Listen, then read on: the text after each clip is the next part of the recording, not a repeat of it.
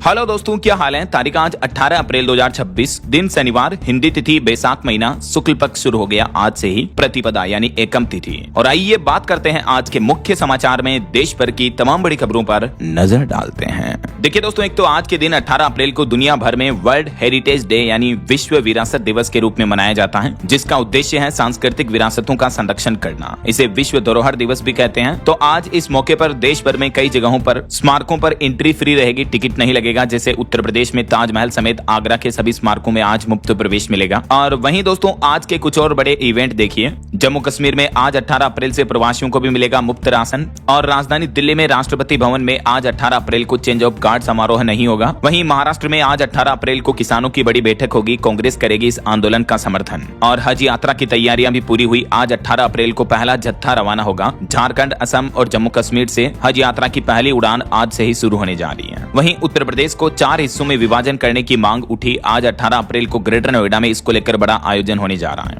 Rail यात्रियों के लिए अच्छी खबर है। गर्मी के मौसम में यात्रियों को राहत देते हुए रेलवे की तरफ से आज से कई सारी स्पेशल ट्रेनों की शुरुआत की जा रही है। इन अलग अलग रूट पर ये विशेष ट्रेनें चलाई जाएगी, यूपी वगैरह इन राज्यों में। और मध्य प्रदेश के मुख्यमंत्री मोहन यादव ने भी शिक्षकों को बड़ी राहत दी। टीईटी को लेकर सुप्रीम कोर्ट पहुंची एमपी सरकार। और अभी टीचर्स का कहना कि आज एमपी की राजधानी भोपाल समेत कई जगहों पर शिक्षक इकट्ठे होंगे, एकजुटता दिखाएंगे। और यूपी मेरठ के नीला ड्रम केस मामले में फैसले के करीब पहुंचा सौरभ हत्याकांड का केस। अब आज 18 अप्रैल को साहिल और मुस्कान की पेशी होनी है कोर्ट में। देखते हैं अदालत की तरफ से कब फाइनल फैसला सुनाया जाता है। और राहुल गांधी आज शनिवार को तमिलनाडु में चुनावी दौरा करेंगे। 3 बड़ी जनसभाओं को संबोधित करेंगे। आज 18 अप्रैल और 20 अप्रैल को राहुल गांधी की चुनावी जनसभाएं होंगी तमिलनाडु में विधानसभा चुनाव को लेकर। वहीं मौसम विभाग का भी कहना दोस्तों की बढ़ती गर्मी के बीच देश के 13 राज्यों में आंधी तूफान और बारिश का अलर्ट है। 70 किलोमीटर प्रति घंटा की रफ्तार से हवाएं चलेगी अगले 12 घंटों तक। मौसम विभाग का ये अलर्ट है। आगे मैं आपको बताऊंगा और भी पूरे मौसम समाचार विस्तार से। फिलहाल आगे बढ़ते हैं खबरों में दोस्तों। सबसे पहले ईरान अमेरिका इजरायल जंग से जुड़े कुछ बड़े अपडेट देख लेते हैं। देखिए, पहली अच्छी खबर ये आई कि आखिरकार 48 दिन बाद होर्मुज रूट खुल चुका है। व्यापारिक जहाजों को आने जाने की छूट मिली। खुद ईरान की तरफ से ऑफिशियली ये बड़ा ऐलान कर दिया। और ईरान की इस घोषणा पर डोनाल्ड ट्रंप ने भी शुक्रिया कहा। ईरान के विदेश मंत्री सैयद अब्बास अरागची ने घोषणा की है कि लेबनान में जो सीजफायर हुआ उसके साथ ही अब होर्मुज जल अमरो मध्य से सभी देशों के व्यापारिक जहाजों की आवाजाही पूरी तरीके से खोल दी गई है। 1.5 महीने से भी ज्यादा समय हो चुका है ये जंग के बाद। आपको पता होगा होर्मुज रूट जो बंद था, तो आखिरकार अब ईरान ने होर्मुज स्ट्रेट को खोल दिया। अब कॉमर्शियल जहाज यहां से गुजर सकेंगे। तो इस पर डोनाल्ड ट्रंप ने शुक्रिया तो कहा, लेकिन वो बोले कि नाकाबंदी अभी भी जारी रहेगी। तो इस पर ईरान ने कहा कि अगर ऐसा किया अमेरिका ने यानी ट्रंप ने, तो फिर हम इस रूट को दोबारा बंद कर देंगे।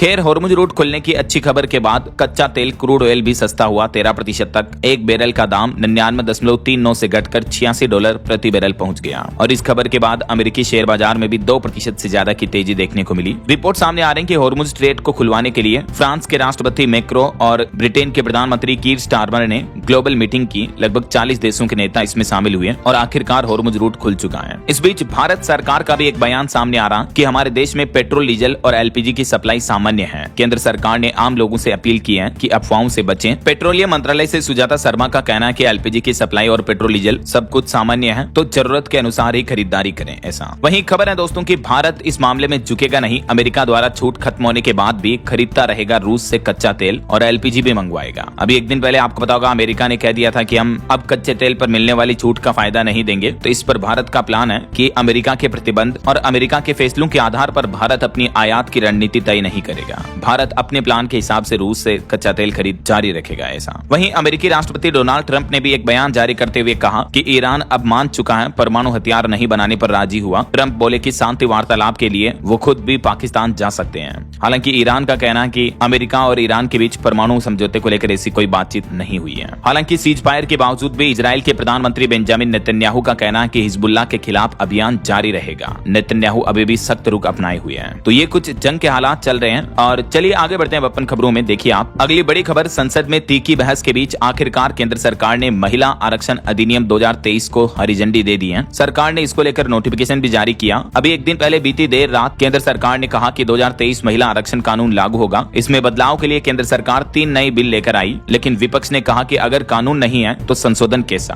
खैर, केंद्र सरकार ने भले ही इस बिल को लागू करने का नोटिफिकेशन तो जारी कर दिया, लेकिन उसके बाद जब वोटिंग हुई तो ये बिल पारित नहीं हो सका। देखिए, महिला आरक्षण बिल लोकसभा में 54 वोट से गिर गया। सरकार को 2/3 बहुमत भी नहीं मिला। महिला आरक्षण से जुड़ा बिल 54 वोट से हार गया, क्योंकि इस बिल को पास होने के लिए कम से कम 352 वोट चाहिए थे, लेकिन इस बिल के पक्ष में 298 वोट ही मिले। आखिरकार पहली बार ऐसा रहा कि केंद्र की नरेंद्र मोदी सरकार किसी बिल को पास कराने में नाकाम रही और ये बिल गिरते ही सदन में भाजपा महिला सांसदों ने विरोध प्रदर्शन भी किया, संसद के बाहर पोस्टर दिखाए, राहुल गांधी ने चर्चा के दौरान दादी के किस्से भी सुनाए। संसद के ये कुछ मोमेंट्स देखने को मिले। जबकि इस बिल की वोटिंग से पहले गृह मंत्री अमित शाह ने समझाया था कि आखिर कैसे ये महिला आरक्षण बिल आने के बाद लोकसभा की सीटें 850 बढ़ेगी, जिसमें दक्षिण भारत के 5 राज्यों की सीटें 129 से 195 हो जाएगी। सबसे ज्यादा फायदा उत्तर प्रदेश, महाराष्ट्र इन राज्यों को होगा। सरकार ने पूरी कोशिश की अपनी तरफ से समझाने की, लेकिन आखिरकार संसदीय गणित में फंस गई नारी शक्ति। 12 सालों में पहली बार ऐसा हुआ कि लोकसभा में संविधान संशोधन बिल गिर गया। अब इसके पीछे 5 बड़े कारण बताए जा रहे हैं एक्सपर्ट्स की तरफ से कि आखिर ये बिल क्यों पारित नहीं हो पाया। तो सबसे पहला कारण तो ये कि 2/3 बहुमत का आंकड़ा नहीं छू पाया, क्योंकि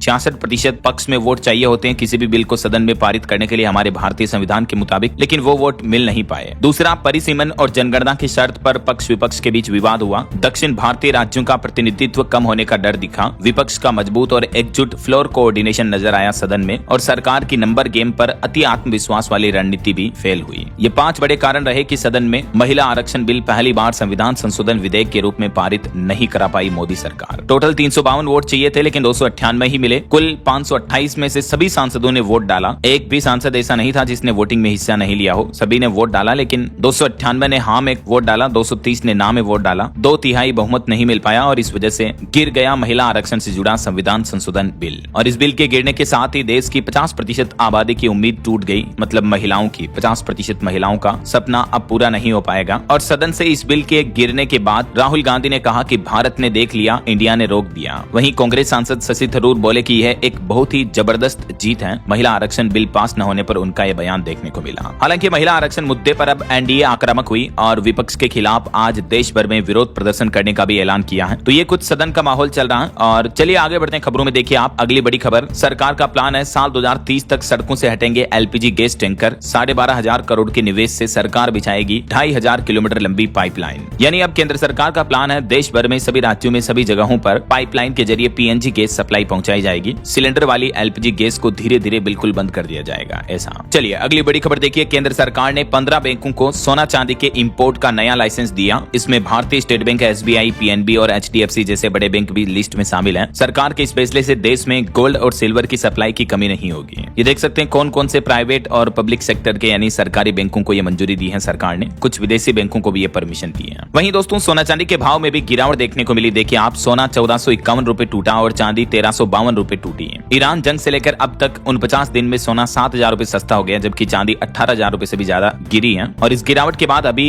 1 किलो चांदी का भाव 2,50,000 रुपए प्रति किलोग्राम चल रहा है, जबकि सोने का भाव 1,52,000 रुपए प्रति 10 ग्राम पर आ गया है। बाकी और भी अलग अलग कैरेट के हिसाब से गोल्ड का प्राइस आप देख सकते हैं स्क्रीन पर। चलिए अगली बड़ी खबर देखिए, गूगल कंपनी ने भारत में 17 लाख एडवर्टाइजर अकाउंट सस्पेंड किए। जेमिनी एआई की मदद से 2025 में 48 करोड़ से ज्यादा भ्रामक विज्ञापन भी हटाए। एआई का यूज करते हुए टेक कंपनी गूगल ने यह बड़ा एक्शन लिया है। और एक रिपोर्ट सामने आ रही है हमारे देश में अमीरों की लिस्ट में। ब्लूमबर्ग बिलियनियर लिस्ट के मुताबिक अडानी एशिया के सबसे अमीर व्यक्ति बन चुके हैं, जिनकी नेटवर्थ 8.5 लाख करोड़ से भी ज्यादा है, जबकि मुकेश अंबानी की नेटवर्थ 8.5 लाख करोड़ से थोड़ी कम है। इसके साथ वो दूसरे नंबर पर हैं। आखिरकार ब्लूमबर्ग की सूची में यह बड़ा बदलाव हुआ। मुकेश अंबानी जो पहले नंबर पर थे उनसे आगे निकल गए, एशिया के सबसे अमीर व्यक्ति बने अदानी। ये डेटा आप देख सकते हैं। वहीं खबर आ रही कि ईरान युद्ध के कारण यूरोप में जेट फ्यूल का संकट छाया। 6 सप्ताह का स्टॉक बचा है। इस वजह से दुनिया भर में फ्लाइट्स रद्द हो सकती है, हवाई सफर भी महंगा हो सकता है, क्योंकि ईरान युद्ध चल रहा और इतने दिन हॉर्मुज रूट जो बंद था, इस वजह से यूरोप और पूरे एशिया में जेट फ्यूल की भारी कमी हो रही है। ये रिपोर्ट जारी की गई ऑफिशियली आईईए यानी इंटरनेशनल एनर्जी एजेंसी की तरफ से। ये कहा गया कि अगर सप्लाई जल्द शुरू नहीं हुई तो गर्मी की छुट्टियों में कई सारी फ्लाइट्स रद्द हो सकती हैं और टिकट के दाम भी बढ़ सकते हैं। हालांकि इतने दिन तो हॉर्मुज रूट बंद होने से ये मुसीबत बड़ी थी, लेकिन अब क्योंकि हॉर्मुज रूट खुल चुका है तो उम्मीद है कि धीरे धीरे जेट फ्यूल की सप्लाई भी बढ़ेगी। चलिए अगली खबर देखिए दोस्तों, रिपोर्ट सामने आ रही कि फूड ऐप से 12 ऑर्डर करने पर 900 रुपए एक्स्ट्रा खर्च हो रहे हैं अब, क्योंकि जोमेटो और स्विगी ने अपनी प्लेटफॉर्म फीस को पिछले 3 साल में 9 गुना तक बढ़ा दिया है। और इन प्लेटफॉर्म पर आप नॉर्मल रेस्टोरेंट पर जाकर जो खाना खाते हो उनसे 15% तक ज्यादा प्राइस भी लगती है। चलिए अगली एक रिपोर्ट देखिए दोस्तों, भारतीय युवाओं जेन जी को लेकर ये रिपोर्ट सामने आ रही है कि युवा में से 31% युवा बचत कर रहे हैं, 70% कमाई की तलाश में है। भारतीय किशोर अब केवल उपभोक्ता नहीं बल्कि अपने वित्तीय फैसलों और ब्रांड चयन के मामले में भी सक्रिय हैं। देश के किशोरों को लेकर जेन जी को लेकर ये लेटेस्ट रिपोर्ट सामने आ रही है, जेन अल्फा डिकोडेड की रिपोर्ट के मुताबिक। चलिए अगली खबर देखिए दोस्तों, धोलेरा में बनेगा भारत भारत का पहला चिप प्लांट केंद्र सरकार ने SEZ को दी मंजूरी। गुजरात के धोलेरा में ये पहला सेमीकंडक्टर मैन्युफैक्चरिंग चिप प्लांट शुरू होने जा रहा है। इससे हजारों युवाओं को रोजगार मिलेगा। तकरीबन 21,000 से भी ज्यादा रोजगार की संभावना है। चलिए अगली खबर देखिए दोस्तों। हरिवंश तीसरी बार राज्यसभा के उपसभापति बने। पहली बार मनोनीत सदस्य को पद मिला। प्रधानमंत्री नरेंद्र मोदी बोले कि सदन को उन पर गहरा भरोसा है। वहीं खबर देखिए, भाजपा नेता की हत्या में कर्नाटक कांग्रेस MLA को उम्र कैद की सजा सुनाई कोर्ट ने। 2016 के केस में विनय कुलकर्णी समेत 17 लोगों को सजा सुनाई। इस मामले में CBI ने भी जांच की थी। कर्नाटक के ये भाजपा नेता हैं जिनको बंगलुरु स्पेशल कोर्ट की तरफ से ये सजा सुनाई है। वहीं देखिए, राहुल गांधी के खिलाफ भी FIR दर्ज करने का आदेश जारी हुआ क्योंकि उन पर ब्रिटिश नागरिकता का आरोप है। तो अब इलाहाबाद हाईकोर्ट ने कहा कि आप जांच करें। CBI को यह ऑर्डर दिया, CBI जांच करें इस मामले में कि राहुल गांधी दोहरी नागरिकता वाले हैं या नहीं। ऐसे राहुल गांधी पर लखनऊ हाईकोर्ट की बेंच ने ये FIR दर्ज करने का भी आदेश दिया।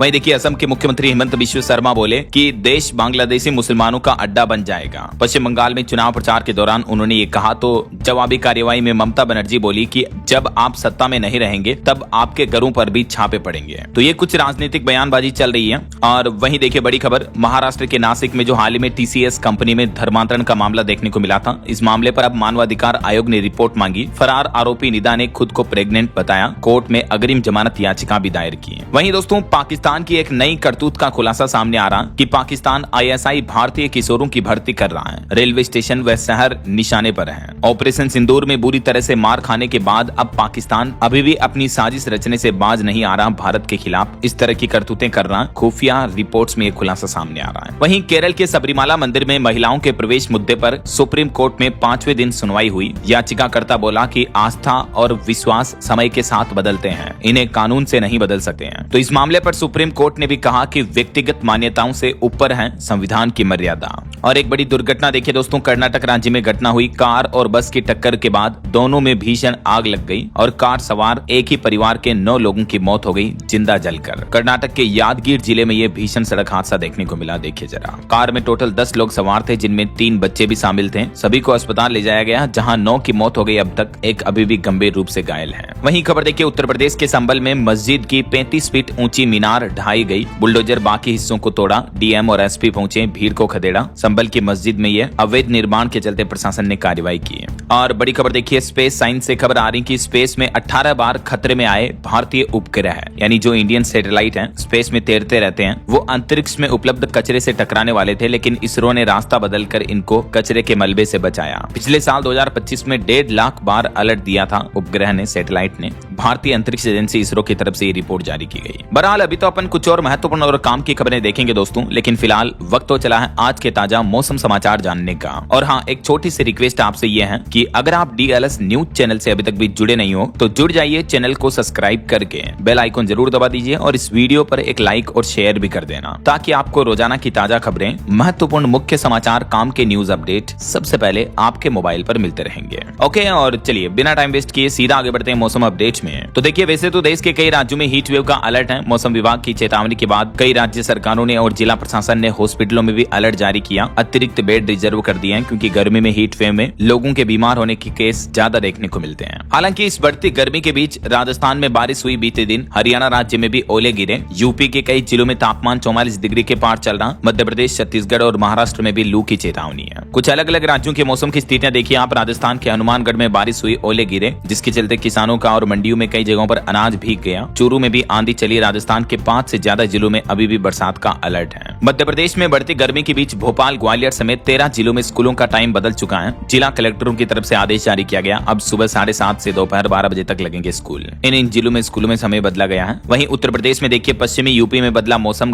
गाजियाबाद और मेरठ में बारिश हुई। मुजफ्फरनगर में आंधी से पेड़ उखड़े। यूपी के काशी में भी स्कूलों की टाइमिंग बदली गई। हरियाणा राज्य में भी बारिश के साथ ओले गिरे। 9 जिलों में मौसम बिगड़ा। तेज आंधी चली। रोहतक में 41 डिग्री के साथ सबसे गर्म इलाका रहा। और पंजाब के भी 7 जिलों में आंधी बारिश का अलर्ट है। 15 शहरों में तापमान 35 डिग्री से भी ज्यादा चल रहा है। इधर छत्तीसगढ़ में देखिए, 19 अप्रैल तक रायपुर, दुर्ग, बिलासपुर जबलपुर में हीट वेव का अलर्ट है और छत्तीसगढ़ में तो 20 अप्रैल से स्कूलों में भी गर्मी की छुट्टियां घोषित कर दी जाएगी। वहीं झारखंड के भी कई जिलों में बारिश की संभावना है। आज 4 जिलों का अधिकतम तापमान 40 डिग्री के पार पहुंच चुका है। कल 19 तारीख के बाद फिर लू चलने की चेतावनी है। पहाड़ी राज्यों की बात करें दोस्तों तो उत्तराखंड के 7 जिलों में बारिश की संभावना, 5 जिलों में येलो अलर्ट है। पहाड़ों में भी बर्फबारी के आसार रहेंगे और हिमाचल प्रदेश में भी बदला मौसम। मनाली चंबा में बारिश हुई, तापमान में कुछ जिलों में गिरावट देखने को मिली। अगले 2 दिन तूफान का अलर्ट है। बाकी देख सकते हैं आप आज और कल 18-19 अप्रैल को कैसा रहेगा मौसम, भारत के किन किन राज्यों में बारिश की चेतावनी है, जानकारी आप देख सकते हैं ये भारत के मानचित्र में भी। अच्छा वैसे दोस्तों आप कौन से राज्य में रहते हैं और आपके राज्य में अभी मौसम के हाल क्या चल रहे हैं, आपके राज्य और जिले का नाम मुझे नीचे कमेंट करके बताइएगा जरूर, ताकि मैं आपके राज्य से जुड़ी खबरें भी आपके मोबाइल तक पहुंचा दूंगा। ओके, और चलिए आगे बढ़ते हैं। मौसम के बाद खबरों में कुछ मार्केट अपडेट्स पर नजर डाल लेते हैं। देखिए बीते दिन भारतीय शेयर बाजार में तेजी देखने को मिली। सेंसेक्स 505 अंक चढ़कर 78,494 पर बंद हुआ। निफ्टी में भी 150 अंकों की तेजी रही है। वहीं निवेशकों के लिए खबर है, जियो कंपनी का आईपीओ अगले महीने मई में आने की उम्मीद है।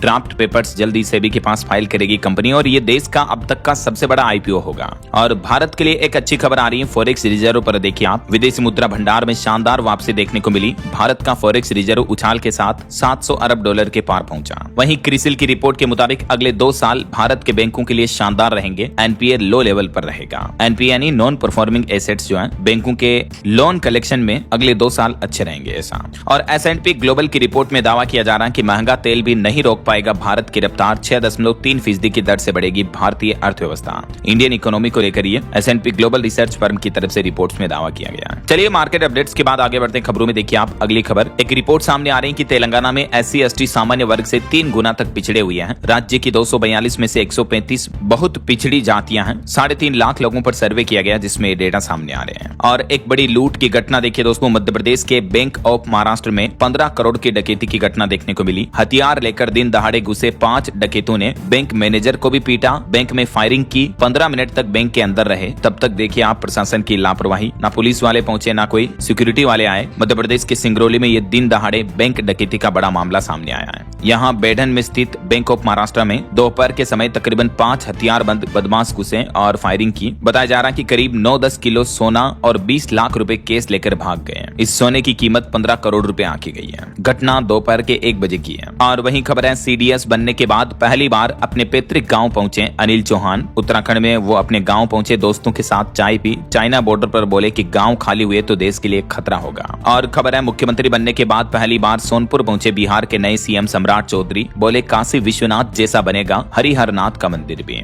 और खबर देखिए, पंजाब में एक आम आदमी पार्टी के मंत्री और उसके 2 पार्टनरों पर ईडी ने रेड डाली। अधिकारी बोले कि सट्टेबाजों को प्रोटेक्शन देकर मुनाफे में हिस्सेदारी ले रहे थे। ये आम आदमी पार्टी सरकार के दिग्गज मंत्री संजीव अरोड़ा और उनके 2 पार्टनर के यहाँ रेड डाली ईडी ने। तो ईडी की इस कार्रवाई पर पंजाब के मुख्यमंत्री भगवंत मान भी भड़क गए। बोले कि नॉन बीजेपी सरकार को तंग कर रहे हैं, बिल लटका कर रखते हैं, सरकार ट्रंप चला रहे हैं। मुख्यमंत्री भगवंत मान ने प्रेस कॉन्फ्रेंस करते हुए केंद्र सरकार पर ये तंज भी कसा। चलिए अगली खबर देखिए, 4 धाम यात्रा से ठीक 2 दिन पहले ऑफलाइन रजिस्ट्रेशन शुरू हो चुके हैं। आरती उतार कर माला पहनाकर श्रद्धालुओं का नाम दर्ज किया। और इस बार 4 धाम यात्रा के श्रद्धालुओं के लिए अच्छी खबर है। मार्ग पर तकरीबन 127 पार्किंग स्थल बनाए गए हैं ताकि गाड़ियों वगैरह की पार्किंग में दिक्कत नहीं आएगी। और सुरक्षा के लिए हाईटेक सीसीटीवी कैमरे लगाए गए हैं। ड्रोन से 24 घंटे निगरानी रहेगी। उत्तराखंड में 4 धाम यात्रा के लिए व्यापक तैयारियां पूरी हो चुकी हैं और श्रद्धालुओं की सुरक्षा के लिए इस बार प्रशासन ने पुख्ता इंतजाम भी किए हैं। वहीं खबर है, उत्तर प्रदेश में प्रधानमंत्री आदर्श ग्राम योजना से संवरेंगे यूपी के 17 गांव। लगभग 3.25 करोड़ से भी ज्यादा आवास अगले 3 महीने में पूरे हो जाएंगे। यूपी रायबरेली में सरकार का यह प्लान है। वहीं खबर है दोस्तों, ब्लू लाइन के कई सारे स्टेशनों के बीच कल 19 अप्रैल को दिल्ली मेट्रो की टाइमिंग में बदलाव रहेगा। डीएमआरसी की तरफ से नया शेड्यूल भी जारी किया गया है। अगर आप भी मेट्रो में सफर करते हैं तो ये नई टाइमिंग देख लीजिएगा। और यूपी के किसान भाई लोगों के लिए बड़ी राहत की खबर आ रही है। अब बिना रजिस्ट्री के भी बेच सकेंगे गेहूं।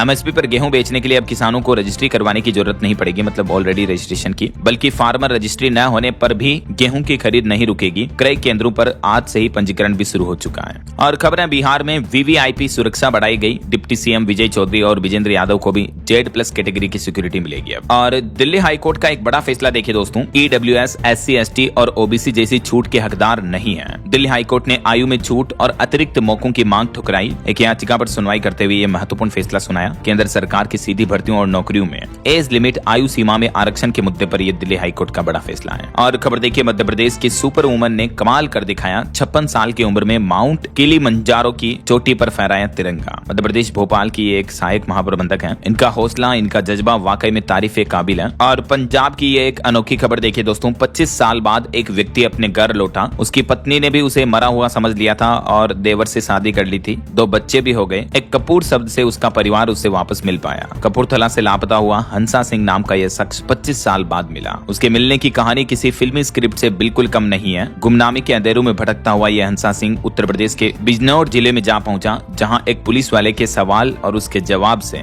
उसकी किस्मत बदल गई। कपूर शब्द से सुराग लगाकर पुलिस वाले ने उसको रास्ता दिखाया और अपने परिजनों से वापस मिलाया। देखिए यह अनोखी दास्तान। वहीं देखिए, एक बड़ा सड़क हादसा हो गया तमिलनाडु के कोयम्बटूर में भी भीषण सड़क हादसा। केरल के 9 पर्यटकों की मौत हो गई। तमिलनाडु के वालपराई पोलाची घाट रोड पर एक वैन अनियंत्रित होकर खाई में गिर गई, जिसमें केरल के ही 9 पर्यटकों की जान चली गई। चलिए अगली बड़ी खबर देखिए, नेपाल में भारतीय वाहनों के लिए कुछ नए नियम लागू हुए। नेपाल के नए पीएम बालेन शाह की तरफ से बड़ा फैसला लिया गया, जिसके मुताबिक अब भारतीय वाहन नेपाल में प्रवेश करने से पहले उनको भंसार शुल्क यानी अलग से टैक्स देना पड़ेगा। 2 पहिया वाहनों के लिए 100 रुपए, 3 पहिया वाहनों के लिए 400 और 4 व्हीलर के लिए 600 रुपए तक प्रतिदिन शुल्क लगेगा। तो नेपाल सरकार द्वारा ये अतिरिक्त टैक्स लगाने के बाद इस फैसले का काफी विरोध भी देखने को मिला। हालांकि इस विरोध के बाद नेपाल सरकार ने अपने फैसले में कुछ बदलाव किया और भारतीय वाहनों पर कार्रवाई के बीच एक अच्छी गुड न्यूज आई है। गाड़ी मालिकों को मिलेगा फ्री पास। जी हाँ, भारतीय वाहनों के लिए 1 दिन का बिल्कुल फ्री पास रहेगा। इसके अलावा जो वाहन अवैध रूप से चलाए जा रहे हैं उन पर सख्त कार्रवाई की जाएगी, ये कहना है नेपाल सरकार का। वहीं देखिए, नेपाल में भ्रष्टाचार के खिलाफ भी सबसे बड़ी जांच शुरू हुई। 7 पूर्व प्रधानमंत्री, 3 राष्ट्रपति और राजा की संपत्ति की जांच होगी। 100 मंत्री अधिकारी भी इसके दायरे में आएंगे। नेपाल में नई सरकार बनते ही भ्रष्टाचार के खिलाफ ये जांच अभियान भी शुरू कर दिया है। वहीं खबर है, नेपाल में महंगा हुआ पेट्रोल डीजल, तो भारतीय पेट्रोल पंपों पर लंबी कतारें लगना शुरू हुई और इसके बाद 200 रुपए वाला नया नियम भी लागू हो चुका है। और अंतर्राष्ट्रीय न्यूज से एक और बड़ी खबर देखिए दोस्तों, अमेरिकी सेना ने 12 साल बाद सीरिया छोड़ा। जॉर्डन लौट रहे वापस सैनिक। सरकार बोली कि अब देश में एक ही प्रशासन चलेगा। वहीं अमेरिका में वैज्ञानिकों के लापता होने के मामले पर डोनाल्ड ट्रंप बोले कि यह मामला काफी गंभीर है। उन्होंने जांच का आदेश भी दिया। दरअसल अभी एक दिन पहले चौंकाने वाली रिपोर्ट सामने आई थी कि अमेरिका में परमाणु स्पेस पर रिसर्च करने वाले 5 वैज्ञानिक अचानक गायब हो गए और 5 की तो रहस्यमय हालत में मौत हो गई। तो इस मुद्दे पर अब ट्रंप सरकार बोले कि हम मामले की जांच करेंगे। इस रिपोर्ट की डिटेल एनालिसिस जानकारी कल मैंने आपको दिन में बताई थी इस वीडियो में अलग से, अगर आप देखना चाहते हो तो देख लीजिएगा। चलिए फिलहाल आगे बढ़ते हैं खबरों में। देखिए आप अगली बड़ी खबर, महाराष्ट्र के अमरावती यौन शोषण मामले पर 10 लोगों को हिरासत में लिया गया। 41 सोशल मीडिया अकाउंट डिलीट किए गए। 100 से ज्यादा वीडियो पर एसआईटी की जांच तेज हुई। अमरावती में नाबालिग लड़कियों के यौन शोषण और वीडियो ब्लैकमेलिंग मामले में राष्ट्रीय महिला आयोग ने भी अब महाराष्ट्र डीजीपी को जांच के आदेश दिए हैं। और वहीं ऑटो इंडस्ट्री से खबर आ रही दोस्तों, सिंपल अल्ट्रा ई स्कूटर 2,35,000 रुपए में लॉन्च हुआ। एक बार चार्ज करने पर 400 किलोमीटर की रेंज मिलेगी, कंपनी का दावा है। और यह देश में सबसे ज्यादा रेंज वाला स्कूटर भी बन चुका है। सिंपल एनर्जी कंपनी ने लॉन्च किया है। वहीं टेक न्यूज से अनोखी खबर देखिए, चाइना ने एक ह्यूमनॉइड रोबोट लॉन्च किया जिसका नाम है पेंथर, जो आपके घर की कमान संभालेगा। सारे घरेलू काम करने के लिए तैयार है ये ह्यूमनॉइड रोबोट और चाइना ने इसकी डिलीवरी भी शुरू कर दी है। कंपनी का दावा है कि ये घर के सारे काम कर सकता है। इसकी कीमत तकरीबन $1 लाख यानी 90 लाख रुपए भारतीय रुपए के हिसाब से बताई जा रही है। वहीं तकनीक पर देखिए, एक्सपर्ट्स ने भी चेतावनी जारी की। कहा कि आजकल टेक्नोलॉजी बदल रही है, आतंकवाद और अपराध के तरीके हैं। दूर बैठे आपके घर के डिवाइसेज को हैक किया जा सकता है अगर स्मार्ट डिवाइस है तो। अगर आपकी इलेक्ट्रिक कार है तो कार के ब्रेक फेल किए जा सकते हैं अपराधियों के द्वारा। आजकल हैकर्स इतने भयानक और खतरनाक हो चुके हैं। ये एक इंटरनेशनल रिपोर्ट सामने आ रही है। वहीं बॉलीवुड से खबर देखिए, विद्युत जामवाल की हॉलीवुड फिल्म स्ट्रीट फाइटर का ट्रेलर रिलीज हुआ। 16 अक्टूबर को ये फिल्म रिलीज होगी। और खबर है कि सुकेश के खिलाफ जैकलिन भी सरकारी गवाह बन सकती है। 200 करोड़ की ठगी केस में सहयोग करने के लिए वो तैयार हुई है। चलिए रेलवे की एक नई पहल देखिए दोस्तों, अब सेब चेरी की होगी सीधी डिलीवरी। भारतीय रेलवे की तरफ से खास पार्सल सेवा शुरू की गई है और रेलवे का कहना कि ये स्पेशल इन पार्सल के लिए सेवा और तेज की जाएगी। 23 से 24 घंटे में दूरी तय होगी और सबसे तेज डिलीवरी की जाएगी इन चीजों की। रेलवे का कहना कि कश्मीर घाटी में नियमित पार्सल ट्रेन चलेगी। अब चलिए खबर देखिए, सीएपीएफ का नया कानून लागू होने के बाद प्रधानमंत्री नरेंद्र मोदी करेंगे अर्धसैनिक बलों की कॉन्फ्रेंस बैठक भी। आईबी करेगी इसका आयोजन। पूर्व अधिकारी सुप्रीम कोर्ट जाने और 6 मई को जंतर मंतर पर प्रदर्शन करने की भी तैयारी में है। इस बीच सरकार का यह प्लान है। और खबर है कि कर्नाटक राज्य में पीरियड लीव लागू करने की तैयारियां तेज हुई। हाईकोर्ट के निर्देश के बाद अब सरकार ने सख्त फैसला लिया और ये आदेश भी जारी किया। और भी जानकारी आप देख सकते हैं, हर महीने एक दिन महिला कर्मचारियों को पेड पीरियड लीव दी जाएगी अनिवार्य, यानी साल में कुल 12 छुट्टियां मिलेगी। हर क्षेत्र की कामकाजी महिलाओं पर यह नई नीति लागू होगी कर्नाटक राज्य में। वहीं खबर है, भारत और चीन के बीच टेबल टॉक होने जा रही, यानी दोनों देश आमने सामने बैठकर बातचीत करेंगे। एससीओ के भविष्य पर मंथन हुआ। दोनों देशों के बीच सुरक्षा और व्यापार को बेहतर बनाने पर भी सहमति चुनौती बनी। और गृह मंत्री अमित शाह ने कहा कि महिला आरक्षण बिल को गिराकर जश्न मनाना विपक्ष के लिए निंदनीय है, यह कल्पना से भी परे है। संविधान संशोधन बिल गिरने पर गृह मंत्री अमित शाह का यह बयान देखने को मिला। उन्होंने कहा कि नारी शक्ति के अपमान की बात है ये। और इस मुद्दे पर किरण बेदी भी बोली कि अगर ये बिल पास नहीं हुआ तो 2029 में मतदाता महिलाएं खुद जवाब देंगी विपक्ष को। चलिए अगली खबर देखिए दोस्तों, भारतीय अंतरिक्ष एजेंसी इसरो की एक और बड़ी चेतावनी निकल कर आ रही कि हमारा देश हाई रिस्क जोन में खास करके 130 ग्लेशियर झीलें हैं। आबादी वाले निचले क्षेत्रों में तबाही मचने का खतरा है। हिमालय क्षेत्रों में ग्लेशियर को लेकर इसरो की तरफ से बड़ी चेतावनी जारी की गई है। और खबर है उत्तराखंड में बड़ा प्रशासनिक फेरबदल हुआ। सचिवालय सेवा के 26 PCS अधिकारियों के तबादले किए, 6 IAS का कार्यभार भी बदला। और उत्तर प्रदेश के मुख्यमंत्री योगी आदित्यनाथ सरकार ने श्रमिकों की न्यूनतम मजदूरी में इजाफा यानी बढ़ोतरी करने का जो ऐलान किया था, तो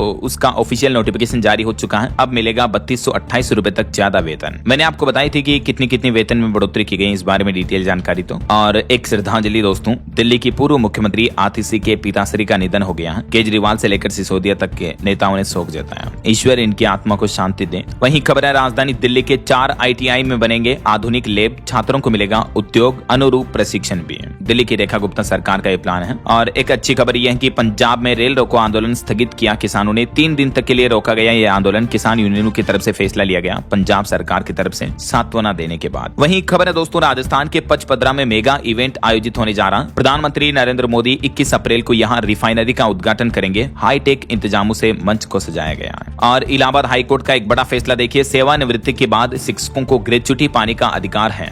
आयु सीमा का कोई बंधन नहीं है। हाईकोर्ट की तरफ से सरकारी कर्मचारियों को लेकर यह महत्वपूर्ण फैसला सुनाया गया है। वहीं राजस्थान हाईकोर्ट का भी एक बड़ा फैसला देखिए कि बहू भी अनुकंपा नियुक्ति के हकदार हैं। राजस्थान हाईकोर्ट ने एक केस पर सुनवाई करते हुए कहा कि हमें यह देखकर बड़ा आश्चर्य हुआ कि खुद विभाग ने वही आपत्ति उठाई जिन्हें पहले ही कोर्ट खारिज कर चुका है। राजस्थान हाईकोर्ट ने एक महिला के एक बहू के अनुकंपा नियुक्ति में मामले पर यह सुनवाई करते हुए महत्वपूर्ण फैसला सुनाया है। चलिए अगली खबर देखिए, मध्य प्रदेश में प्रतिनियुक्ति कर्मचारियों को सरकार ने बड़ी राहत दी। मोहन यादव सरकार ने महंगाई भत्ता बढ़ा दिया है। एरियर भी किस्तों में मिलेगा। ये देख सकते हैं आप कितना भत्ता बढ़ाया गया। अप्रैल 2026 से ही लागू माना जाएगा। वहीं बिहार में भी प्रोफेसरों के ट्रांसफर पर बड़ा फैसला लिया। नीतीश सरकार के बाद बनी नई सरकार ने 13 विश्वविद्यालयों के लिए नई नीति जल्द ही लागू होगी। पूरा सिस्टम बदला जाएगा कॉलेज यूनिवर्सिटी में प्रोफेसरों के ट्रांसफर को लेकर। और खबर है दोस्तों, बिहार में अब 7 दिन में नपेगी जमीन, 14 दिन में मिलेगी रिपोर्ट भी। ऑनलाइन होगा पूरा आवेदन। राजस्व एवं भूमि सुधार विभाग की नई पहल है। और खबर है दोस्तों, राजधानी दिल्ली को मिली 200 EV बसों की सौगात। मुख्यमंत्री रेखा गुप्ता ने कहा कि इलेक्ट्रिक पॉलिसी दूसरे राज्यों के लिए भी नजीर है।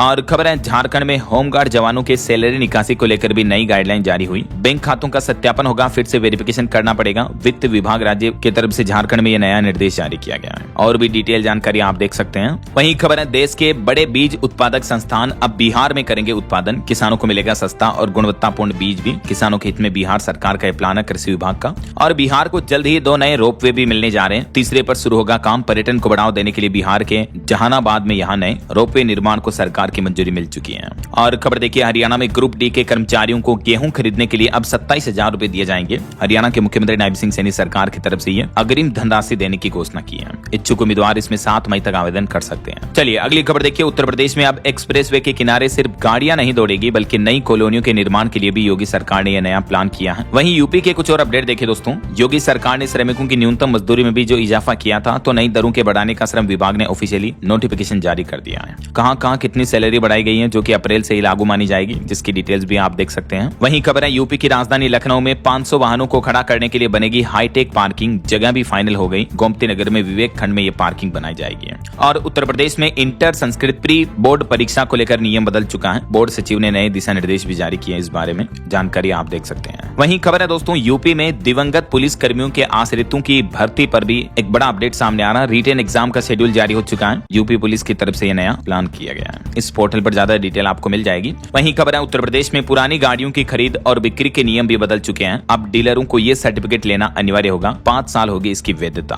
दरअसल यूपी में अब नए और पुराने वाहन डीलरों के लिए ARTO से अधिकृत प्रमाण पत्र लेना अनिवार्य होगा। तभी कोई कार डीलर जो है सेकंड हैंड वगैरह या नई गाड़ियां बेच पाएगा। ऐसा तो ये कुछ यूपी के अपडेट्स रहे। और चलिए कुछ और स्टेट न्यूज अपडेट देख लेते हैं फटाफट से। देखिए आप, राजस्थान के 1.5 लाख से भी ज्यादा कर्मचारियों के तबादलों पर लगेगी रोक। 1 साल तक नहीं होंगे ट्रांसफर। राजस्थान में जनगणना अभियान जो कि 1 मई से शुरू होने जा रहा है। इस बीच राजस्थान सरकार का नया प्लान प्लान है। वहीं खबर है राजस्थान में इंटरनेशनल सेंटर बेचेगा कलाकृतियां, 5% कमीशन लेगा। राजस्थान के स्थापना दिवस के मौके पर नई आर्ट गैलरी भी शुरू हुई है। राजधानी जयपुर में यह प्लान किया जा रहा है। और खबर है दोस्तों टीईटी विवाद में भी मध्य प्रदेश सरकार बड़ा कदम उठाए, सुप्रीम कोर्ट में रिव्यू पिटीशन याचिका दाखिल की। और वहीं खबर है दोस्तों मध्य प्रदेश में कांग्रेस हर विधानसभा में 30,000 परिवारों से लेगी 100 रुपए। कार्यकर्ताओं की ट्रेनिंग और संगठन पर इन पैसों को खर्च किया जाएगा। वहीं मध्य प्रदेश की एक अनोखी घटना देखिए दोस्तों, एमपी उज्जैन का ये मामला है। एक डॉक्टर कपल की बेटी को ही दुर्लभ बीमारी है, अब 15 करोड़ रुपए का इंजेक्शन लगेगा। विडंबना देखिए जरा, इस बच्चे के माता पिता दोनों खुद डॉक्टरनी है, लेकिन बदकिस्मती देखिए इनकी बच्ची को दुर्लभ बीमारी है। उज्जैन की 5 महीने की बच्ची को जीन थेरेपी का इंजेक्शन लगेगा, 15 करोड़ का इंजेक्शन आएगा। ये एक तरह की आनुवंशिक बीमारी होती है, लेकिन इसका इलाज भारत में उपलब्ध नहीं होता है, तो बाहर से इंजेक्शन मंगाना पड़ता है। अब परिवार ने फंड रेज शुरू करके मदद की भी अपील की और एमपी के मुख्यमंत्री मोहन यादव से भी गुहार लगाई है। ओके, और चलिए कुछ एजुकेशनल अपडेट्स देख लेते हैं दोस्तों, फटाफट से देखिए आप। हिमाचल प्रदेश पुलिस में 1000 और वन विभाग में 500 पदों पर भर्ती का रास्ता साफ हुआ। मुख्यमंत्री सुखविंदर सिंह सुक्खू की कैबिनेट बैठक में मंजूरी मिल चुकी है, जल्दी ये भर्ती आ जाएगी, तो अपडेट मैं आपको बता दूंगा। और बिहार में देखिए बीपीएससी TRE 4 में बड़ा बदलाव किया गया, अब फॉर्म भरते ही देना होगा 38 जिलों का विकल्प। बिहार लोक सेवा आयोग की तरफ से इस बारे में नोटिस भी जारी किया है। और वहीं खेल समाचार से खबर आ रही दोस्तों, गिल की 50 से गुजरात लगातार तीसरा मैच जीता आईपीएल में। कोलकाता आईपीएल सीजन में 5वां मैच हारी, रबाडा ने 3 विकेट भी झटके हैं। ओके, और अंत में आज के राशिफल पर नजर डाल लेते हैं। देखिए मेष राशि वालों के लिए फायदेमंद है आज का दिन। मकर राशि वालों को प्रॉपर्टी में फायदा मिल सकता है और नौकरी में प्रमोशन भी मिल सकता है। बाकी और भी कुछ अलग अलग राशियों का राशिफल आप देख सकते हैं स्क्रीन पर। और हाँ दोस्तों, आप मुझे कमेंट करके बताइए कि